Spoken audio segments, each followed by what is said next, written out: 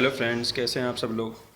चलिए आज हम स्टार्ट करने जा रहे हैं अपनी क्लास नंबर 15 और जो कि आपके चैप्टर नंबर 5 ऑर्गेनाइजेशन के कंटिन्यूशन में ये क्लास है। और आज हम टॉपिक पढ़ेंगे ऑर्गेनाइजेशन स्ट्रक्चर। ठीक है, ऑर्गेनाइजेशन स्ट्रक्चर को समझने से पहले, इस टॉपिक को समझने से पहले आप सबसे पहले जो हमने क्लास नंबर 14 में डिस्कस किया था ऑर्गेनाइजिंग प्रोसेस, आप उस ऑर्गेनाइजिंग प्रोसेस को एक बार दोबारा से रिवाइज़ कीजिए। मैं आपको उस इमेज पे लेके जाता हूँ जिसमें हमने ऑर्गेनाइजिंग प्रोसेस के बारे में डिस्कस किया था। ये देखिए, यहाँ पर आपने देखा होगा जब मैंने आपको क्लास नंबर 14 में ऑर्गेनाइजिंग प्रोसेस के बारे में बताया था, तो वहाँ पे मैंने बताया था कि जब हमारा प्लान बन के तैयार हो जाता है तो उस प्लान को इम्प्लीमेंट करने के लिए सबसे पहले उस ऑब्जेक्टिव से जुड़ा हुआ, उस प्लान से जुड़ा हुआ जो हमने ऑब्जेक्टिव डिसाइड किया और उसकी प्लानिंग की है, उससे जुड़ी हुई जितनी भी एक्टिविटीज़ होती हैं, जितना भी हमारा वर्क होता है, जितना भी हमारा काम होता है, जैसे परचेज़ का, सेल का, मैन्युफैक्चरिंग का, मार्केटिंग का, एचआर का, फाइनेंस का, अकाउंट्स का, जितना भी हमारा काम होता है, जितनी भी हमारी एक्टिविटीज़ होती हैं, उन सारी एक्टिविटीज़ को पहले हमें आइडेंटिफाई करना होता है और उसके बाद हमें उन एक्टिविटी को डिवीज़न करना होता है। जैसे मान लीजिए अकाउंट से जुड़े हुए टोटल 5 काम है, तो आपने उन पाँचों कामों को, अकाउंट्स को अलग कर दिया। परचेज़ से जुड़े हुए 6 काम है, तो परचेज़ के अलग अलग 6 कामों को आपने अलग कर दिया। तो इस तरीके से हम क्या करते हैं, डिवीज़न ऑफ वर्क कर देते हैं। उस वर्क को डिवाइड करने के बाद हम क्या करते हैं, उनके डिपार्टमेंट्स बना देते हैं। तो जब हम डिपार्टमेंट्स बनाते हैं तो डिपार्टमेंट्स बनाने के टाइम पर हमें क्या करना होता है, एक विजुअल रिप्रेजेंटेशन बनानी होती है। ध्यान सुनना, विजुअल रिप्रेजेंटेशन। हमें एक डायग्राम सेट करना होता है। हमें ये देखना होता है कि हमारे ऑर्गेनाइजेशन में टॉप लेवल में कितने लोग होंगे। टॉप लेवल के बाद जब टॉप लेवल से आपकी जो पावर है, काम करने की जो अथॉरिटी है, वो किस तरीके से कितने कितने मैनेजर्स उसके नीचे काम करेंगे, किन को क्या अथॉरिटी मिलेगी, और जो मैनेजर होंगे उसके अंडर में कितने लोग काम करेंगे, उसका हम एक विजुअल रिप्रेजेंटेशन बनाते हैं। हम ये देखते हैं कि भाई हमारा जो ऑर्गेनाइजेशन में स्ट्रक्चर होगा, जो हमारे ऑर्गेनाइजेशन में जो पर्सनल काम करेंगे, एम्प्लॉय काम करेंगे, वो किस तरीके से काम करेंगे, उनकी अथॉरिटी क्या होगी, कौन किसके अंडर में काम करेगा, कैसे कम्युनिकेशन का फ़्लो होगा, सभी लोग मिलकर काम करेंगे या अपने अपने डिपार्टमेंट्स के लिए काम करेंगे, किस तरीके से कम्युनिकेशन का फ़्लो होगा, किस तरीके से अथॉरिटी का फ़्लो होगा। ठीक है। अब मान लीजिए एक ऑर्गेनाइजेशन है, छोटी सी ऑर्गेनाइजेशन है, और वहाँ पर भी आपकी डाइवर्सिफाइंग एक्टिविटीज़ हैं, अलग अलग एक्टिविटीज़ हैं, लेकिन वहाँ पर सभी लोग मिलजुल कर काम कर रहे हैं, तो वो स्ट्रक्चर एक अलग हो गया। अब मान लीजिए कि आप चाहते हो कि भाई परचेज़ का काम बिल्कुल अलग से हो, उसका काम, उसका मैनेजर, उसके एम्प्लॉय अलग हों, सेल्स का काम बिल्कुल अलग हो, तो इस तरह का स्ट्रक्चर अलग बनेगा। तो आपको क्या करना पड़ेगा, एक फ्रेम बनाना पड़ेगा और एक डायग्राम बनाना पड़ेगा, और उस डायग्राम में आपको मेंशन करना पड़ेगा कि कितने हमारे डिपार्टमेंट्स हैं, डिपार्टमेंट्स में कितने हमारे मैनेजर्स हैं, और मैनेजर के अंडर में कितने एम्प्लॉय काम कर रहे हैं। उसके लिए आपको एक चार्ट तैयार करना पड़ेगा। तो बेसिकली जो ऑर्गेनाइजेशन स्ट्रक्चर होता है वो एक जितने भी हमारे ऑर्गेनाइजेशन में मैन पावर होती है, पीपल्स होते हैं, उनका एक रिलेशनशिप क्रिएट करता है। तो मैं आपको एक डेफिनेशन दिखाता हूँ, आप इस डेफिनेशन को ध्यान से देखिए, पढ़िए इसको। What is an organisation structure? Organisation structure is the relationship between different people. जितने भी हमारे ऑर्गेनाइजेशन में एम्प्लॉयज़ होते हैं, मैनेजर हो गए, सुपरवाइज़र हो गए, या टॉप लेवल में एम्प्लॉयज़ हो गए, टॉप लेवल में मैनेजर्स हो गए, इन सारे के सारे एम्प्लॉयज़ का आपस में क्या रिलेशन है, कौन कौन बड़ा है, कौन किसके अंडर में आता है, कौन किसके सब अंडर में आता है। अब जैसे मान लीजिए कि मिडल लेवल पर मैनेजर है, वो मैनेजर टॉप लेवल के अंडर में आते हैं, और मान लीजिए कि आपके लोअर लेवल पर मैनेजर हैं, वो मिडल लेवल के अंडर में आते हैं। तो कौन किसके अंडर में आता है, ये ऑर्गेनाइजेशन स्ट्रक्चर बताता है। कौन किससे कम्युनिकेट करेगा, कैसे कम्युनिकेट करेगा, ये ऑर्गेनाइजेशन स्ट्रक्चर बताता है। अब जैसे मान लीजिए कि वर्कर है, अब वर्कर को कोई प्रॉब्लम है, तो वर्कर अपनी प्रॉब्लम को लेकर किसके पास जाएगा, सीधा मालिक के पास जाएगा, या अपने जो नज़दीकी उसका जो मैनेजर है उसके पास जाएगा, या आपका मिडिल लेवल के मैनेजर के पास जाएगा। वो किसके पास जाएगा, सुपरवाइज़र के पास जाएगा, या प्रोडक्शन मैनेजर के पास जाएगा। तो वो चार्ट उसे आइडिया देगा कि उसे अपना कम्युनिकेशन कैसे करना है। ठीक है। और दूसरा, फिर जो भी ऑर्गेनाइजेशन में जितने भी लेवल्स होते हैं, जितने भी लेवल पर लोग काम करते हैं, किसके पास कितनी अथॉरिटी होगी, ठीक है, ये भी आपका ऑर्गेनाइजेशन स्ट्रक्चर बताता है। तो the relationship between the different people and the function of an organisation. Organisation में कितने ग्रुप्स बनाए गए हैं। फंक्शन का बेसिकली यहाँ पर जहाँ जो लिखा गया है, उस फंक्शन का मतलब है ग्रुप से। जैसे मान लीजिए कि परचेज़ का अलग से ग्रुप बना दिया गया कि परचेज़ से जुड़ी हुई एक्टिविटी परचेज़ डिपार्टमेंट में होंगी। तो जो परचेज़ डिपार्टमेंट बनाया गया है या जो परचेज़ का ग्रुप बनाया गया है उसी को हम फंक्शंस बोलते हैं। अब ऑर्गेनाइजेशन में जैसे परचेज़ एक फ़ंक्शन हो गया, सेल्स एक फ़ंक्शन हो गया, तो सेल्स डिपार्टमेंट कह लो, सेल्स ग्रुप कह लो या सेल्स फंक्शन कह लो, ये एक ही बात है। फंक्शन को हम ग्रुप ही बोलते हैं। जैसे परचेज़ डिपार्टमेंट है तो आप कहेंगे परचेज़ फंक्शन, सेल्स डिपार्टमेंट है तो सेल्स फंक्शन। तो ऑर्गेनाइजेशन में जितने भी फंक्शंस हैं उनका आपस में क्या रिलेशनशिप होगा। अब जैसे मान लीजिए कि परचेज़ डिपार्टमेंट जो है उसका प्रोडक्शन डिपार्टमेंट से कनेक्शन होता है, क्योंकि प्रोडक्शन डिपार्टमेंट को माल चाहिए होता है, ठीक है। और परचेज़ डिपार्टमेंट का कनेक्शन जो होता है वो फाइनेंस डिपार्टमेंट से होता है, क्योंकि माल खरीदने के लिए पैसा चाहिए होता है। तो एक ऑर्गेनाइजेशन स्ट्रक्चर जो होता है वो हमें एक विजुअल रिप्रेजेंटेशन या डायग्राम के ज़रिए बताने की कोशिश करता है कि लोगों का आपस में क्या रिलेशन है और फंक्शंस का आपस में क्या रिलेशन है, वर्टिकली भी और हॉरिजॉन्टल। वर्टिकल का मतलब होता है बिल्कुल स्ट्रेट। जैसे आप एक मान लीजिए वर्टिकल का मतलब आप एग्जांपल ले लीजिए, जैसे मैं आपको डायग्राम के ज़रिए समझाता हूँ। देखिए ये डायग्राम देखिए, जैसे यहाँ पर ऊपर लिखा हुआ है प्रेसिडेंट के अंडर में लेफ्ट हैंड साइड में देखिए लिखा हुआ है रिसर्च एंड डेवलपमेंट मैनेजर। उस रिसर्च एंड डेवलपमेंट के अंडर में आता है designing manager, designing employee, development employee, testing employee. ये डिज़ाइनिंग, डेवलपमेंट, टेस्टिंग जो है ये एम्प्लॉयज़ की ड्यूटीज़ हैं, ये अलग अलग एम्प्लॉयज़ के काम हैं। और रिसर्च एंड डेवलपमेंट डिपार्टमेंट उनका जो है वो बॉस है, और रिसर्च डेवलपमेंट डिपार्टमेंट के ऊपर जो बॉस है वो है प्रेसिडेंट। तो अगर हम बात करते हैं president, research and development manager और डिज़ाइन और डेवलपमेंट या टेस्टिंग की बात करते हैं तो ये तो चल रहा है वर्टिकल, ठीक है। अगर हम बात करते हैं research development manager, finance manager, marketing manager, manufacturing manager, ये चल रहा है हॉरिजॉन्टल। अब इन चारों के चारों मैनेजर का आपस में क्या रिलेशन होगा, जो इनके अंडर में काम करने वाले एम्प्लॉई हैं उनका आपस में क्या रिलेशन होगा, कौन किससे ऑर्डर ले सकता है, कौन किसको कितना काम देगा, ठीक है। तो ये जो पूरा का पूरा आप ये चार्ट देख रहे हैं, ये टेबल देख रहे हैं या ये विजुअली आप रिप्रेजेंटेशन देख रहे हैं, इसको हम बोलते हैं ऑर्गेनाइजेशन स्ट्रक्चर। तो इस स्ट्रक्चर के ज़रिए हम आइडिया लगा पाते हैं। अब जैसे मान लीजिए अकाउंटिंग और परचेज़ है, तो ये क्लियर हो गया कि अकाउंटिंग का काम और परचेज़ का काम कौन देखेगा, फाइनेंस मैनेजर देखेगा। इसका मतलब परचेजिंग और अकाउंटिंग का काम जो है वो आपका मार्केटिंग मैनेजर नहीं देखेगा, मैन्युफैक्चरिंग मैनेजर नहीं देखेगा, रिसर्च डेवलपमेंट मैनेजर नहीं देखेगा, वो सिर्फ फाइनेंस मैनेजर देखेगा, ठीक है। हालांकि ये बात तो जब काम शुरू हो जाता है ऑर्गेनाइजेशन में तो हमें पता चल जाता है, लेकिन पहले उसका चार्ट तैयार किया जाता है, स्ट्रक्चर, इसको स्ट्रक्चर ही बोलते हैं।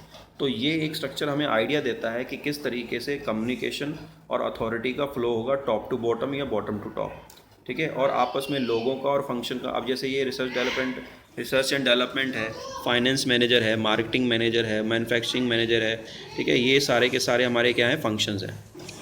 ये सारे हमारे क्या हैं, फंक्शंस हैं, ठीक है। तो जो भी हमारे डिपार्टमेंट्स होते हैं उनको हम फंक्शंस बोलते हैं। तो चलिए अब हम पढ़ते हैं ऑर्गेनाइजेशन स्ट्रक्चर्स कितने तरह का होता है। अब ऑर्गेनाइजेशन में जो स्ट्रक्चर होता है उसके भी अलग अलग टाइप्स होते हैं। तो चलिए हम स्टार्ट करते हैं उसके टाइप्स के ऊपर। ऑर्गेनाइजिंग के स्ट्रक्चर्स को समझने से पहले एक डेफिनेशन मैंने यहाँ पर लिखी हुई है, उस डेफिनेशन को भी रीड कर लेते हैं।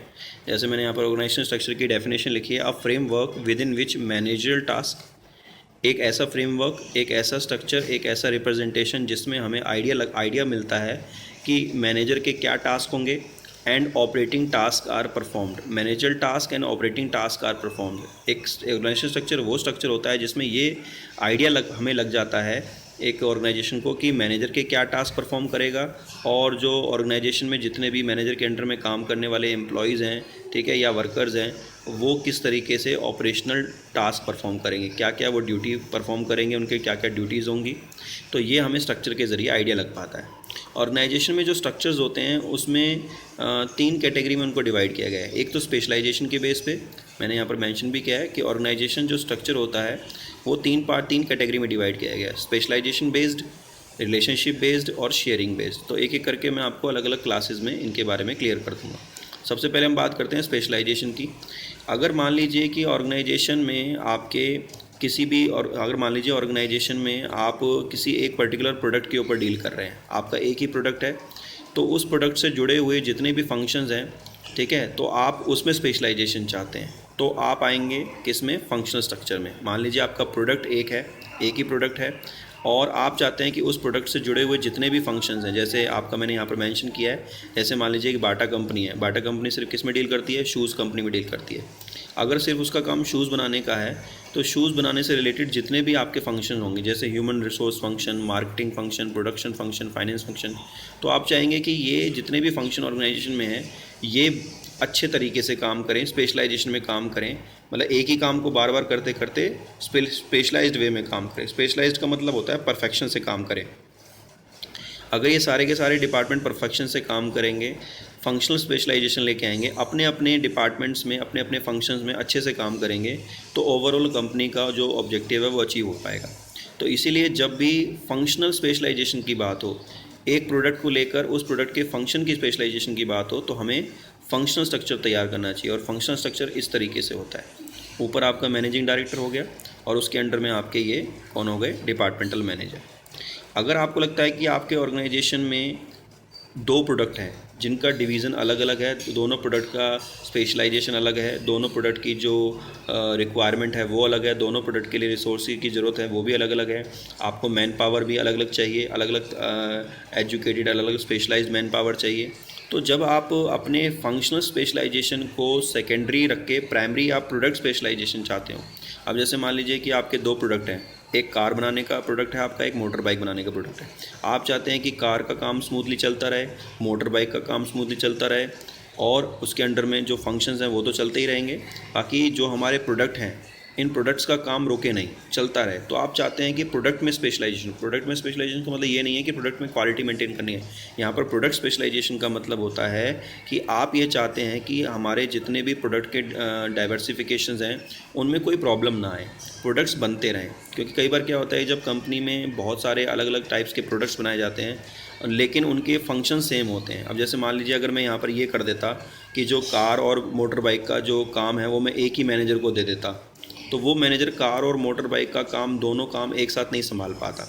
तो इसीलिए जब हमारे कंपनी में, ऑर्गेनाइजेशन में अलग अलग प्रोडक्ट होते हैं, तो प्रोडक्ट में स्पेशलाइजेशन लाने के लिए, प्रोडक्ट के काम को स्मूथली रन करने के लिए हमें डिविजनल स्ट्रक्चर को फॉलो करना पड़ता है। अब जैसे रिलायंस कंपनी का मैंने यहाँ पर एग्जांपल दिया हुआ है कि रिलायंस कंपनी पहले क्या करती थी, टेक्सटाइल में डील करती थी, ओनली उसका काम जो था वो कपड़ों में काम करती थी, गारमेंट्स में डील करती थी। तो जो रिलायंस कंपनी थी ना, वो पहले फंक्शनल स्ट्रक्चर को फॉलो करती थी। अब धीरे धीरे जैसे जैसे रिलायंस कंपनी के प्रोडक्ट बढ़ते गए, डाइवर्सिफिकेशन बढ़ता गया, तो रिलायंस कंपनी ने अपने प्रोडक्ट के क्या बना दिए, डिवीज़न बना दिए। अब रिलायंस कंपनी ने जब अपने प्रोडक्ट के डिवीज़न बना दिए, तो डिवीज़न के हिसाब से उसने रिसोर्स को भी बढ़ा दिया, मतलब हर डिवीज़न के अलग अलग फंक्शन कर दिए। जैसे कार का जो ह्यूमन रिसोर्स डिपार्टमेंट है वो अलग कर दिया, और मोटर बाइक का ह्यूमन रिसोर्स अलग कर दिया। तो जब आपका बिज़नेस ग्रो करता है, डिपार्टमेंट्स बढ़ते हैं, तो आपको डिवीज़न स्ट्रक्चर को फॉलो करना ही पड़ता है। क्योंकि जितने ज़्यादा कंपनी में डिपार्टमेंट्स होंगे, जितने ज़्यादा कंपनी में फंक्शंस होंगे, उन सबको एक साथ स्पेशलाइजेशन लाना मुश्किल होता है। तो इसीलिए हमें अपने कंपनी में बढ़ते हुए काम को देखते हुए, बढ़ते हुए डिपार्टमेंट्स को देखते हुए, बढ़ते हुए प्रोडक्ट डाइवर्सिफिकेशन को देखते हुए डिविजनल स्ट्रक्चर को फॉलो करना होता है। डिवीज़न स्ट्रक्चर में एक बात ध्यान रखना कि जितने भी हमारे फंक्शंस होते हैं डिवीज़न वाइज, उसके ऊपर एक डिविजनल हेड भी होता है। जैसे मैंने यहाँ पर कार के साइड में लिखा हुआ है, राइट हैंड साइड में डिवीज़न 1 हेड। इसका मतलब जितने भी आपके ये human resource, marketing, production, finance, purchase department है कार के, उसके ऊपर एक डिविजनल हेड होगा जो इन सारे के सारे फंक्शनल एक्टिविटीज़ को कंट्रोल करेगा। इसी तरीके से यहाँ पर मोटर बाइक का भी एक डिविजनल हेड होगा जो अपने अंडर में जितने भी ये आपके फंक्शंस हैं, फंक्शनल एरियाज़ हैं आपके, उन सबको कंट्रोल करेगा। ठीक है, तो ये आज हमने पढ़ा फंक्शनल और डिवीज़न स्ट्रक्चर के बारे में। तो अब हम पढ़ेंगे फंक्शनल स्ट्रक्चर और डिवीज़न स्ट्रक्चर जो हैं, इनको कब और कहाँ यूज़ करना चाहिए, और इनको यूज़ करने के क्या क्या एडवांटेज और क्या क्या अपने अपने डिसएडवांटेज होते हैं। तो चलिए अब हम स्टार्ट करते हैं सूटेबिलिटी के बारे में। सूटेबिलिटी का बेसिकली मतलब होता है कि फंक्शनल स्ट्रक्चर कहाँ कामयाब है, फंक्शनल स्ट्रक्चर कहाँ पर सूटेबल है, कहाँ पर उसे यूज़ करना चाहिए। तो सबसे पहले पढ़ते हैं, functional structure is suitably only for those who have only one category of product to offer. जहाँ पर कंपनी का एक ही प्रोडक्ट हो और उस प्रोडक्ट से जुड़े हुए जितने भी फंक्शंस होते हैं, जितने भी ग्रुप ऑफ एक्टिविटीज़ होती हैं, परचेज, सेल, हमें अगर ऐसा है तो वहाँ पर फंक्शनल स्ट्रक्चर कामयाब है, वहाँ पर यूज़ करना चाहिए जब एक प्रोडक्ट हो और उससे जुड़े हुए फंक्शंस हों। Size of the organisation is large, अगर ऑर्गेनाइजेशन का जो साइज़ है वो लार्ज है तो फंक्शन यूज़ करना चाहिए। लेकिन ये ध्यान रहे, ऑर्गेनाइजेशन का साइज़ अगर साइज़ लार्ज है और प्रोडक्ट एक है तो फंक्शनल होना चाहिए। अगर साइज़ लार्ज है, डिपार्टमेंट्स लार्ज हैं, प्रोडक्ट भी डाइवर्सिफाइड है, तो डिविजनल पे आप आ जाओगे। अगला है डाइवर्सिफाइड एक्टिविटीज़। कोई प्रॉब्लम नहीं अगर आपके ये डाइवर्सिफाइड एक्टिविटीज़ हैं। डाइवर्सिफाइड एक्टिविटीज़ का मतलब यहाँ पर फंक्शन से ही है कि डाइवर्सिफाइड फंक्शंस हैं आपके, मार्केटिंग, परचेज, सेल्स, प्रोडक्शन, तो भी फंक्शन होगा। बस प्रोडक्ट का ध्यान रखिए कि प्रोडक्ट एक होना चाहिए। High degree of functional specialisation. अगर आप चाहते हैं कि हमें फंक्शंस पे ज़्यादा फोकस करना है ना कि प्रोडक्ट पे, हमारा परचेज सही होना चाहिए, सेल्स डिपार्टमेंट सही होना चाहिए, अगर ये सही रहेंगे तो ऑटोमेटिक प्रोडक्शन का काम और प्रोडक्ट अपने आप ठीक हो जाएगा। तो वो होता है फंक्शनल स्ट्रक्चर। अगर आपको लगता है डिवीजन स्ट्रक्चर पे आ जाते हैं हम राइट हैंड साइड में, suitably only for those business enterprises. सिर्फ उन्हीं बिजनेस एंटरप्राइजेज के लिए डिवीजन स्ट्रक्चर सही है where a large variety of products are manufactured using different product resources. जहाँ पर आपके पास डाइवर्सिफाइड प्रोडक्ट्स हैं और उन डाइवर्सिफाइड प्रोडक्ट के लिए आपको डिफरेंट रिसोर्सेज की ज़रूरत है। जैसे आप चाहते हैं कि भाई मेरे कार का प्रोडक्शन और मेरे मोटर बाइक का प्रोडक्शन, दोनों का प्रोडक्शन हाउस अलग अलग हो, दोनों के फाइनेंस डिपार्टमेंट अलग हो, दोनों के रिसोर्सेज अलग अलग हों, दोनों की मशीनरी अलग अलग हो, तो वहाँ पर डिवीज़न स्ट्रक्चर आपको लाना ही पड़ेगा। अगर आप डाइवर्सिफाइड डिपार्टमेंट, डाइवर्सिफाइड प्रोडक्ट में अगर फंक्शन लगा दोगे तो ओवरलैपिंग और वेस्टेज ऑफ टाइम और मनी का बहुत बड़ा होगा। उसके बाद है ऑर्गेनाइजेशन ग्रोथ। अगर आपका ऑर्गेनाइजेशन ग्रो कर रहा है, मान लीजिए पहले आप फंक्शनल स्ट्रक्चर को फॉलो कर रहे थे, आपका एक ही प्रोडक्ट था, लेकिन अगर आपका बिज़नेस ग्रो कर रहा है, आप डाइवर्सिफाइड प्रोडक्ट्स बनाने में आ गए हैं, आपके डिपार्टमेंट्स बढ़ रहे हैं, तो आप किस में आ जाओगे? डिवीज़न स्ट्रक्चर में। Create more departments. अगर आपके डिपार्टमेंट्स और बढ़ते जा रहे हैं, अगर मान लीजिए आपका फंक्शनल स्ट्रक्चर भी है और फंक्शनल स्ट्रक्चर होते हुए आपके डिपार्टमेंट्स बहुत सारे बन गए हैं, आपके रिसर्च एंड डेवलपमेंट बन गया है, आपका प्रोडक्ट स्पेशलाइजेशन बन गया है, टेक्नोलॉजिकल डिपार्टमेंट बन गया है, ठीक है, आपका ऑनलाइन डिपार्टमेंट बन गया है, तो जब आपकी कंपनी में भले ही फंक्शनल स्ट्रक्चर भी क्यों ना हो, अगर डिपार्टमेंट्स बहुत सारे बन गए हैं तो डिपार्टमेंट्स को 2 पार्ट में या 3 पार्ट में या 4 पार्ट में उनका डिवीज़न हो जाना चाहिए। तो डिवीज़न स्ट्रक्चर वहाँ पर यूज़ होता है जहाँ पर अगर डिपार्टमेंट्स भी बढ़ रहे हो आपके, और डिपार्टमेंट्स तो बढ़ते तब हैं जब आपका प्रोडक्ट डाइवर्सिफिकेशन होता है। उसके बाद है introduce new level of management for product specialisation. अगर आप चाहते हैं कि हमारे ऑर्गेनाइजेशन में प्रोडक्ट स्पेशलाइजेशन लाने के लिए, अगर आप प्रोडक्ट स्पेशलाइजेशन लाना चाहते हैं, प्रोडक्ट स्पेशलाइजेशन का मतलब जो आपके जितने भी डाइवर्सिफाइड प्रोडक्ट्स हैं उनमें आप मेंटेनेंस चाहते हैं कि प्रोडक्ट सही तरीके से बनते रहें, तो उसमें अगर आप स्पेशलाइजेशन लाना चाहते हैं तो आपका डिवीज़न स्ट्रक्चर फॉलो होगा। ठीक है, उसके लिए हमें क्या करना होगा? प्रोडक्ट्स अलग अलग, अगर हमारे प्रोडक्ट्स अलग अलग हैं तो उनके लिए लेवल्स भी अलग अलग बनेंगे। ठीक है, लेवल्स का मतलब ये है कि जो हमारा एक प्रोडक्ट होगा उसका अलग लेवल होगा, दूसरे प्रोडक्ट का अलग लेवल होगा, उसके मैनेजर अलग होंगे, एम्प्लॉयज़ अलग होंगे। तो इस तरीके से फंक्शनल वहाँ कामयाब है जहाँ एक प्रोडक्ट हो, डिविजनल वहाँ काम है जहाँ पे मल्टीपल प्रोडक्ट्स हो। फंक्शनल स्ट्रक्चर में हम एक प्रोडक्ट को ध्यान में रखकर उसके फंक्शंस में स्पेशलाइजेशन लाते हैं, और जहाँ पर प्रोडक्ट में वेरिएशंस होता है वहाँ पर हम प्रोडक्ट में स्पेशलाइजेशन लाते हैं। प्रोडक्ट की क्वालिटी को ध्यान में तो रखते ही रखते हैं, लेकिन प्रोडक्ट्स सही तरीके से मेंटेन हो, उसका प्रोडक्शन चलता रहे, इस बात पे ध्यान रखते हैं। अब हम पढ़ेंगे उसके एडवांटेज और डिसएडवांटेजेस। पहला, अगर हमारा फंक्शन स्ट्रक्चर होता है तो उसमें हमें फंक्शन स्पेशलाइजेशन का फ़ायदा मिलता है, हमारे सारे फंक्शन, सारे डिपार्टमेंट स्मूथली रन करते हैं। बेटर कंट्रोल, छोटा बिजनेस होता है, बिज़नेस चाहे बड़ा हो चाहे छोटा हो, लेकिन वो कंट्रोल में रहता है, ज़्यादा डिपार्टमेंट्स नहीं होते फंक्शन स्ट्रक्चर में, और एक कंट्रोलेबल सिचुएशन रहती है। और इकोनॉमिकल, ज़्यादा ट्रेनिंग पे आपको खर्चा नहीं करना होता, एम्प्लॉयज़ मैन पावर कम होती है, ठीक है, रिसोर्सेज कम यूज़ होते हैं, तो इकोनॉमिकल होता है। डिवीज़न स्ट्रक्चर में क्या होता है? प्रोडक्ट स्पेशलाइजेशन होती है कि आप जितने डाइवर्सिफाइड प्रोडक्ट बनाना चाहें, आप डाइवर्सिफाइड प्रोडक्शन में आना चाहें तो आप आसानी से आ सकते हैं। एक्सपेंशन एंड ग्रोथ, इसमें जो डिवीज़न स्ट्रक्चर होता है इसमें आपको ग्रो एंड ग्रो एक्सपेंशन करने का मौका मिलता है, क्योंकि जितने ज़्यादा आपके डाइवर्सिफाइड प्रोडक्ट्स होंगे उतना ज़्यादा आपका मार्केट में कंट्रोल होगा। उसके बाद है ग्रेटर अकाउंटेबिलिटी। ग्रेटर अकाउंटेबिलिटी को समझने के लिए आपको एक बार दोबारा से पीछे जाना पड़ेगा। ग्रेटर अकाउंटेबिलिटी का मतलब यहाँ पर आप ध्यान से समझिए, जैसे यहाँ पर आपके जो कार और मोटर बाइक का डिवीज़न था ना, उसके ऊपर हमने डिविजनल हेड बना रखा था, तो जो डिविजनल हेड था ना उसकी ये अकाउंटेबिलिटी बनती है, उसको इसलिए रखा गया था डिविजनल हेड को कि जितने भी ये फंक्शंस हैं, ये फंक्शंस आपके कंट्रोल में रहने चाहिए। अगर इन फंक्शंस में कोई भी कमी आती है तो मैनेजिंग डायरेक्टर आपसे जवाब मांगेगा डिविजनल हेड से। तो डिविजनल हेड की अकाउंटेबिलिटी बनती है कि उसका जो अपना एक प्रोडक्ट है कार, और उसके अंडर में जो आने वाले फंक्शंस हैं वो सही तरीके से रन करते रहें। अगर ये रन नहीं करेंगे तो जो डिविजनल हेड है उसको जवाब देना पड़ेगा मालिक को कि ये क्यों नहीं रन कर रहे। तो इसीलिए जो अकाउंटेबिलिटी होती है इसमें बहुत ज़्यादा ध्यान में रखी जाती है, ज़्यादा अकाउंटेबिलिटी पे फोकस रहता है, क्योंकि एक पर्टिकुलर आपको अलग से एक डिविजनल हेड बैठाना पड़ता है सभी फंक्शंस को कैरी आउट करने के लिए, कंट्रोल करने के लिए। तो इसमें जो अकाउंटेबिलिटी होती है वो ग्रेटर होती है, बहुत ज़्यादा होती है। जहाँ पर आपका ये छोटा सा स्ट्रक्चर होगा, आपका ऑर्गेनाइजेशन स्ट्रक्चर छोटा होगा, वहाँ पर अकाउंटेबिलिटी बहुत कम बनती है, क्योंकि यहाँ पर डिफरेंट डिपार्टमेंट से डिफरेंट ओपिनियंस आती हैं, एक दूसरे के ऊपर जवाब डाला जाता है। अगर मान लीजिए मार्केटिंग डिपार्टमेंट काम नहीं कर रहा है अगर फंक्शन स्ट्रक्चर में, तो वो कह देगा कि भाई प्रोडक्शन ने मुझे सपोर्ट नहीं किया। फाइनेंस काम नहीं कर पा रहा तो वो कह देगा मुझे मार्केटिंग ने सपोर्ट नहीं किया। लेकिन यहाँ पर एक दूसरे के ऊपर आप बात नहीं डाल सकते। यहाँ पर अगर कोई भी, जैसे कार डिपार्टमेंट के अंडर में जितने भी फंक्शंस आ रहे हैं, ह्यूमन रिसोर्स, मार्केटिंग, अगर ये काम नहीं कर रहे तो इनको अपना जवाब डिविजनल को देना पड़ेगा, डिविजनल को अपना जवाब मार्केटिंग मैनेजिंग डायरेक्टर को देना पड़ेगा। तो इसमें कहीं ना कहीं अकाउंटेबिलिटी बनी रहती है। अकाउंटेबिलिटी का मतलब होता है काम ना करने के केस में जवाब कौन देगा। तो इसमें सबकी जवाबदेही फिक्स होती है कि कौन किससे जवाब लेगा और देगा। उसके बाद हम डिसएडवांटेज पे आ जाते हैं। दूसरा डिसएडवांटेज में यह है कि इंटर डिपार्टमेंटल कन्फ्लिक्ट्स। अगर हम बात करते हैं फंक्शन स्ट्रक्चर की, तो फंक्शन स्ट्रक्चर में जितने भी हमारे डिपार्टमेंट्स होते हैं उनमें क्या होता है कि आपस में कन्फ्लिक्ट चलता रहता है। हर डिपार्टमेंट अपने लिए बेहतर तरीके से काम करता है, एक दूसरे को ध्यान में ना रखकर सभी अपने अपने लिए काम करते हैं। तो जैसे मार्केटिंग का डिपार्टमेंट होगा वो अपने आप को आगे बढ़ाने की कोशिश करेगा, जो सेल्स डिपार्टमेंट होगा वो चाहेगा कि मैं आगे बढ़ूं, मैं अपने अच्छे से काम करूं। तो ऑर्गेनाइजेशनल इंटरेस्ट को ध्यान में ना रख के सब अपने पर्सनल डिपार्टमेंटल इंटरेस्ट पे फोकस करते हैं। और उसके बाद इनफ्लेक्सिबिलिटी का मतलब ये होता है कि अगर आपको कल को ऑर्गेनाइजेशन में किसी एक डिपार्टमेंट के एम्प्लॉय को किसी दूसरे डिपार्टमेंट में भेजना पड़े तो वो किसी दूसरे डिपार्टमेंट का काम नहीं कर पाएगा। अब जैसे मान लीजिए कि अगर परचेज डिपार्टमेंट के किसी एम्प्लॉय को अगर आपने मार्केटिंग डिपार्टमेंट भेज दिया तो वो नहीं कर पाएगा, क्योंकि फंक्शनल स्ट्रक्चर में क्या होता है, बेसिकली हम एक ही फंक्शंस के ऊपर स्पेशलाइजेशन लाने की कोशिश करते हैं।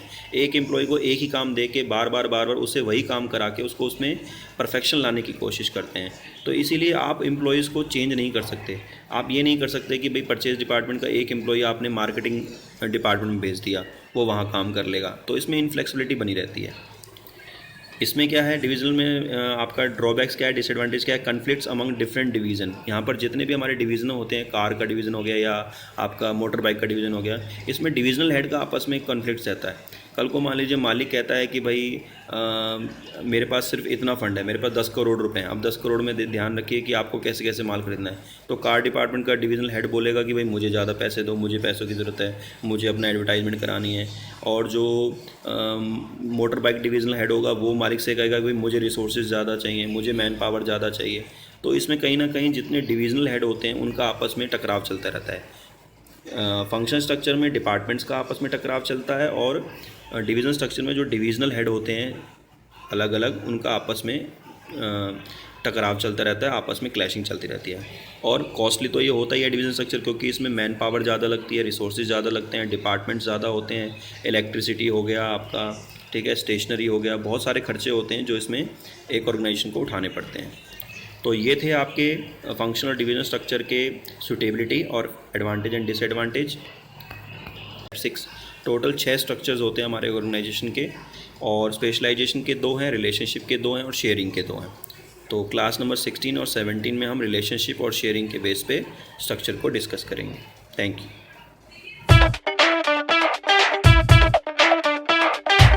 Subscribe now and press the bell icon. Never miss an update.